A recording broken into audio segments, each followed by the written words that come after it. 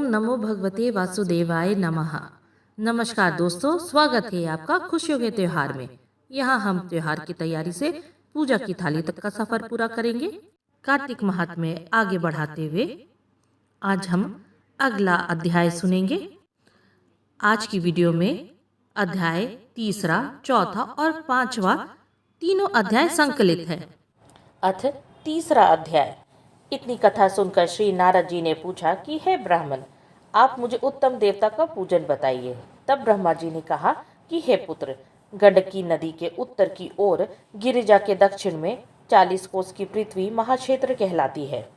वहाँ पर ही शालिग्राम तथा गोमती चक्र होते हैं, जिनका चरणामृत लेने से मनुष्य मुक्ति को प्राप्त हो जाता है। अब चरणामृत लेने का मंत्र कहते हैं, ओम अकाल मृत्यु हरणम सर्व व्याधि विनाशनम वीणुपादोदकम पीत्वा पुनर्जन्म न विद्यते। इस मंत्र को पढ़कर भगवान शालिग्राम का चरणामृत लेना चाहिए। शंख में भरा हुआ व भगवान पर चढ़ाया हुआ जल अंग में लगाने से सब प्रकार के रोग दूर हो जाते हैं और पाप भी नष्ट हो जाता है तथा मनुष्य मुक्ति को प्राप्त हो जाता है। जिस गोमती में एक चक्र हो उसको सुदर्शन, जिसमें 2 चक्र हो वह नारायण, जिसमें 3 चक्र हो उसको अच्युत, 4 वाले को जनार्दन, 5 वाले को वासुदेव, 6 वाले को प्रद्युम्न, 7 वाले को संकर्षण, 8 वाले को नलकूबर, 9 वाले को नवव्यूह और 10 वाले को दशावतार कहते हैं। जो मनुष्य भगवान का पूजन करता है वह अवश्यमेव जीवन मुक्त हो जाता है, और जो भगवान को वीणा, वंशी और गान सुनाता है वो भी भगवान को प्राप्त हो जाता है। जो भगवान के आगे मृदंग बजाता है वो भगवान को अत्यंत प्रिय होता है। जो भगवान के आगे धूप जलाता है वो कभी नरकगामी नहीं होता। पूजन चाहे मंत्र से हीन हो चाहे क्रिया से हीन हो, परंतु जो श्रद्धा से किया गया हो वही पूर्ण होता है। कार्तिक महात्म्य का तीसरा अध्याय पूरा हुआ। अथ चौथा अध्याय। नारद जी ब्राह्मण से कहते हैं कि हे ब्राह्मण, कार्तिक मास में जो दीपदान होता है उसका महात्म्य कहिए। ब्रह्मा जी कहने लगे कि हे पुत्र, दीप चाहे स्वर्ण का हो अथवा चांदी, तांबा, आटा अथवा मिट्टी का हो, अपनी श्रद्धा अनुसार कार्तिक मास में दान करना चाहिए। ऐसा करने से सब पापों का नाश हो जाता है। दीपक भगवान की मूर्ति के आगे अथवा तुलसी के वृक्ष के समीप, चौक, ब्राह्मण के घर, वृक्ष के नीचे, वन में, गौशाला में तथा ताक पर चाहे घी का हो या तेल का जलाना चाहिए। जो ब्राह्मण के घर पर दीपक जलाता है उसको अग्निष्टोम यज्ञ का फल प्राप्त होता है। जो आकाश में ऊंचा दीपक जलाता है उसको धन की वृद्धि होती है तथा वैकुंठवास मिलता है। भगवान से प्रार्थना करें कि भगवान, मैं आपको निमित्त दीपक जलाता हूँ। कार्तिक में मथुरा, माघ में प्रयाग और वैशाख में हरिद्वार का वास अत्युत्तम होता है। जब सूर्य तुला, मकर और मेष राशि का हो उसमें किए गए व्रत, नियम और पूजा बहुत अधिक फल देने वाले होते हैं। इन मासों में अच्छे कर्म करने से पापों का नाश हो जाता है, जैसे सूर्योदय से अंधकार, वज्र से पर्वत, गरुड़ के भय से सर्प, पवन से मेघ, ज्ञान से दुख, सिंह के भय से मृग, वैसे ही मथुरा के दर्शन से सब पाप भाग जाते हैं। कार्तिक मास में स्नान, जागरण, दीपदान, तुलसी सेवन, भगवान के मंदिरों में मार्जन, झाड़ू आदि लगाना, भगवान की कथा सुनना, कीर्तन करना सभी अच्छे फल देने वाले होते हैं। अतः पूर्व जन्म के पापों को नाश करने के लिए कृच्छ व्रत इत्यादि करने उत्तम है। इतनी कथा सुनकर नारद जी पूछने लगे कि हे ब्राह्मण, पूर्व जन्म के पाप कैसे जाने जाते हैं। ब्रह्मा जी कहने लगे कि हे पुत्र, ब्रह्म हत्यारा, क्षयरोगी, गुरु स्त्रीगामी, कुष्ठी और सोने की चोरी करने वाले के नाखून खराब हो जाते हैं और मदिरा पीने वाले के दांत खराब हो जाते हैं। इस प्रकार पूर्व जन्म के पापों से मनुष्य पहचाना जाता है। ये सब दान, तपस्या और कृच्छ व्रत आदि से निवारण होते हैं। अब कृच्छ व्रत आदि कहते हैं, एक समय भोजन करने से पाद कृच्छ, 3 दिन सायंकाल और 3 दिन प्रातःकाल भोजन करने से अति कृच्छ तथा सायंकाल में 22 ग्रास और प्रातःकाल में 26 ग्रास अथवा 24 ग्रास खाने से भी अति कृच्छ व्रत कहलाया गया है। 3 दिन प्रति रोज खावे। और 3 दिन उपवास करे, ये भी अतिकृच होता है। सायंकाल में 1 ग्रास और प्रातःकाल में 1 ग्रास और 2 दिन बिना मांगा हुआ तथा 2 दिन तक उपवास, यह कृच्छात्र व्रत कहलाता है। 21 दिन तक केवल दुग्ध या पानी पीते रहे, यह कृच्छाति कृच्छ व्रत कहलाता है। 12 दिन तक उपवास करना पूरा व्रत कहलाता है। 4 दिन तक कुछ नहीं खाना, फिर सत्तू खाना या छाछ पीना, इसके पश्चात कपड़ा या दक्षिणा ब्राह्मण को देना सौम्य कृच्छ कहलाता है। इसी प्रकार 12 दिन तक करना द्वादश कृच्छ कहलाता है। तुला पुरुष का दान करना और गौ का घृत, गोबर, दूध, दही तथा कुशा का जल पीना। दूसरे दिन उपवास करना, यह कृच्छ संतपन कहा गया है। 3 दिन तक गौमूत्र, 3 दिन तक गोबर, फिर 3 दिन तक दही, फिर 3 दिन तक दूध, फिर 3 दिन तक घी का खाए, यह संतपन है जो सब पापों का नाश करने वाला होता है। इसी प्रकार गुलर, कमल, बेल, इनके पत्ते या कुशा का जल प्रतिदिन पीने से उनकृच्छ व्रत होता है। और 3 दिन तक उपवास करके पहले लिखी हुई वस्तुओं को पिए तो पूर्ण कृच्छ व्रत होता है। यदि तपा हुआ दूध, घी, जल एक प्रतिदिन पिए और 1 दिन उपवास करे तो इसे तप्त कृच्छ कहते हैं। जल, दूध, घी यह तपाकर 3 दिन तक पिए और एक समय स्नान करे तो यह भी तप्त कृच्छ होता है। इसका प्रमाण पानी 8 तोला, दूध 12 तोला, घी 4 तोला होना चाहिए तथा कार्तिक शुक्ला चतुर्दशी को भगवान का पूजन करना चाहिए। उपवास करके उस रात्रि को जल में स्थित रहें, यह पेट जलकृच्छ व्रत कहलाता है, जिसके करने से वैकुंठ की प्राप्ति होती है। कार्तिक सुदी सप्तमी को घी खाए, फिर एकादशी को उपवास पैतामा कृच्छ व्रत कहलाता है। इस प्रकार पैतामा कृच्छ व्रत करके दिन में भगवान कृष्ण का पूजन करे तो यह तीनों लोकों में पवित्र होकर वैकुंठ को प्राप्त हो जाता है। कार्तिक सुदी छठ से 3 दिन केवल दूध पिए, फिर नवमी से 3 दिन उपवास करे। यह महेंद्र कृच्छ व्रत करने से दुर्लभ वैकुंठ का वास होता है। 3 दिन तक अन्न खाए, फिर 3 दिन तक उपवास करे, यह भी पत्र पंचक व्रत कहलाता है तथा इसको वैष्णव कृच्छ व्रत भी कहते हैं।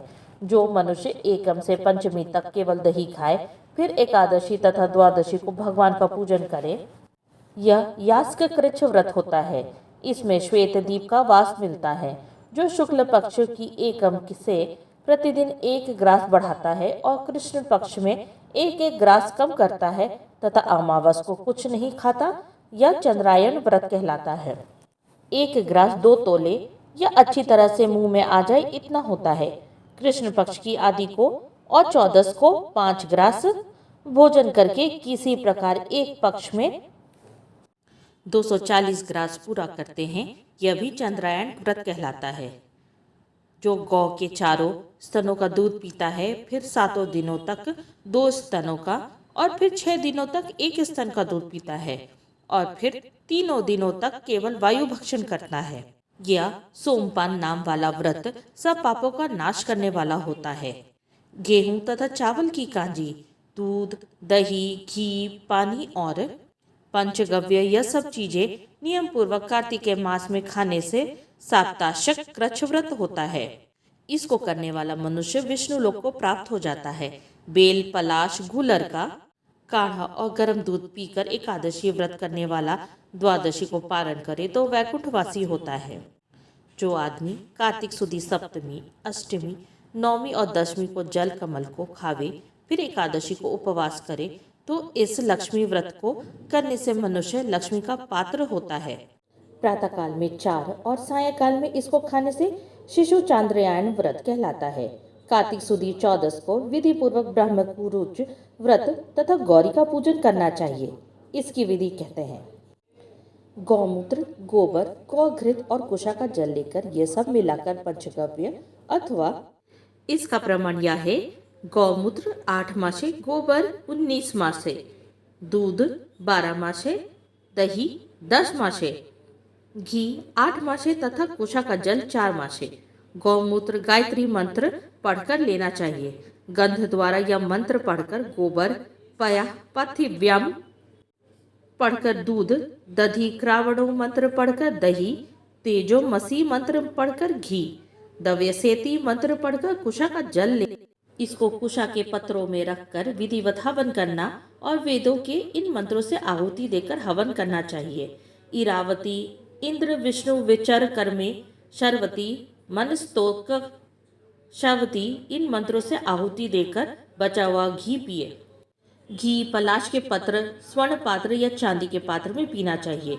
एक दिन तथा रात्रि उपवास करें, साथ ही भगवान का स्मरण करें। यदि स्त्री व्रत करे तो अपनी पति की आयु कामना के अर्थ में भगवान की प्रार्थना करे।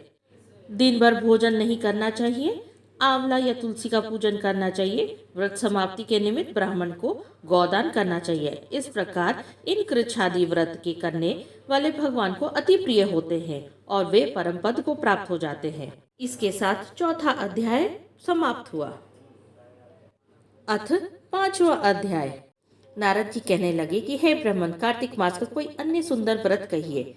तब ब्रह्मा जी कहने लगे, हे पुत्र, विधिवत जो परम पवित्र और पाप नाशक नक्त व्रत है वह सौभाग्यवती स्त्री को अवश्य करना चाहिए। नारद जी ने प्रश्न किया कि हे ब्राह्मण, उस व्रत की क्या विधि है और कब करना चाहिए। तब ब्रह्मा जी ने कहा कि हे पुत्र, तुम्हारे स्नेहवश या अति गुप्त कार्तिक मास का व्रत कहता हूँ, तुम सावधान होकर सुनो। आश्विन शुक्ला पूर्णमासी को प्रातःकाल उठकर शौच आदि से निवृत्त होकर दंत मंजन आदि करके नदी संगम, नदी सरोवर, दबे कुंड, कूप या घर में स्नान करे। व्रत के एक दिन पहले से सिर न धोए और व्रत वाले दिन विधि पूर्वक स्नान करके पवित्र मन से विधाता का स्मरण करे तथा व्रत का संकल्प करे और यह कहे कि हे जगत के कर्ता, आप मेरे पति की रक्षा कीजिए, मेरी संतान की वृद्धि करिए। मंत्र पढ़कर सूर्य को प्रणाम करे और सुंदर वस्त्र तथा आभूषण आदि को धारण करे। दिन के समय भोजन न करे, न ही जल पिए, अर्थात भजन आदि में सारा दिन बिता दे। ब्रह्मा जी कहने लगे कि हे पुत्र, सायंकाल को हमारा यानी ब्रह्मा जी का पूजन चांदी के पात्र में दूध डालकर करे। सोना, चांदी, तांबा या मिट्टी की हमारी मूर्ति बनाए, उसको लाल वस्त्र पहनाए और विधि पूर्वक हमारा पूजन करे और चांदी के पात्र में रखे हुए दूध को सोने की मथानी से मथे। साथ ही यह प्रार्थना करे कि हे ब्रह्मा जी, मुझे भोग आदि के लिए गौ प्रदान करके मेरी संतति को बढ़ाओ तथा मेरे पति को धन धान्य युक्त और चिरंजीवी कर दो। बहुत से दास तथा दासी गण प्रदान करो। इसके पश्चात ब्राह्मण को भोजन कराएं और कुल के वृद्धों और वृद्धाओं को स्वादिष्ट पकवान से तृप्त करें और स्वयं भी तारों को देखकर भोजन करें। यह आश्विन शुक्ल पूर्णमासी को ब्रह्मा जी का नक्त व्रत होता है। यह व्रत सब प्रकार के पापों को नाश करने वाला, समस्त कामनाओं को पूर्ण करने वाला तथा ज्ञानी पुरुषों को मुक्ति देने वाला होता है। भगवान जप, तप तथा तीर्थ स्थान में इतने प्रसन्न नहीं होते जितने इस व्रत से प्रसन्न होते हैं। जो ब्रह्मा जी के आगे इस दिन कपूर जलाता है उसको बड़े बड़े वृक्षों तथा गौदान का फल मिलता है तथा उसके कई एक कुल वैकुंठ को प्राप्त होते हैं। जो केशर तथा कस्तूरी सहित कपूर अर्पण करता है उसके कई वंश ब्रह्मलोक को प्राप्त होते हैं। जो स्त्री इस दिन वस्त्र का दान करती है वह कपड़े के सूत्र के तारों की संख्या के बराबर करोड़ वर्ष तक वैकुंठ का वास करती है। जो गहने का दान करती है उसको ब्रह्मलोक की प्राप्ति होती है। जो स्त्री हृदय में ब्रह्मा जी का रूप तथा मुख से ब्रह्मा जी का नाम लेती है, माथे पर निर्माल्य धारण करती है, वह सदैव पतिव्रता रहती है। इस प्रकार आश्विन शुक्ला पूर्णमासी को स्नान, पूजन, ब्राह्मण भोजन, वृद्ध जनों का पूजन करती है। वो सायंकाल को ब्रह्मा जी का पूजन करती है और ब्रह्मा जी से प्रार्थना करती है कि ब्रह्मा जी, यह व्रत मैंने आपके निमित्त किया है, इसमें यदि किसी प्रकार की कोई कमी हो तो उसको आप पूरा कर लेना। जो कोई इस कथा को पढ़ता है अथवा सुनता है उसको भी अश्वमेघ यज्ञ का फल प्राप्त होता है। इसी प्रकार 5वां अध्याय पूरा हुआ। अगर आपको ये वीडियो पसंद आई हो तो हमें लाइक करें, सब्सक्राइब करें और कमेंट करें। साथ में बेल नोटिफाई करना ना भूलें। इससे हमारे आने वाले वीडियो की नोटिफिकेशन आप तक सबसे पहले पहुंचेगी। यहाँ तक बने रहने के लिए आप सबका धन्यवाद। ओम नमो भगवते वासुदेवाय नमः।